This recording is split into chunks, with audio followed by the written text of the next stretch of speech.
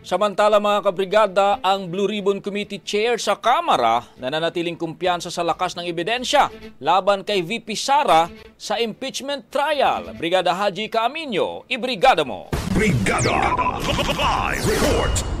Hindi nakikita ni House Committee on Good Government and Public Accountability Chairman Joel Chua na makakaapekto ang posibleng pagkakahalal ng mga senador na inendorso ni Vice President Sara Duterte sa paparating na impeachment trial. Ayon kay Chua, nananatili ang kanyang kumpiyansa sa lakas ng ebidensya laban kay Duterte. Nakalatag na niya ang kaso at ang mga ebidensya bagamat nakasalalay sa kung paano ito titingnan ng senator judges. Pero iginiit ni Chua na mahihirapan namang ibasura ang ebidensya lalo na kung masyado ng halata o malakas ang pieces of evidence na ipipresenta.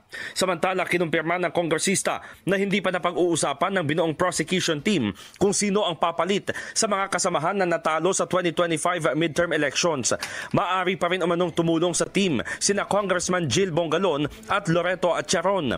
Bukod dito, sinabi ni Chua na bukas siya na makasama sa prosekusyon ang mga posibleng makapasok sa 20th Congress na sina Attorney Chel Diokno, dating Senadora Leila de Lima at dating Congressman Miro Kimbo. In the heart of changing lives, ako si Brigada Haji Caaminio ng 105.1 Brigada News FM Manila, The Music and News Authority. Ang bahaging ito ay hatid sa atin ng Yummy-Vit ES3 Syrup. Simulang tuparin ang pangarap ng iyong anak. And starting now,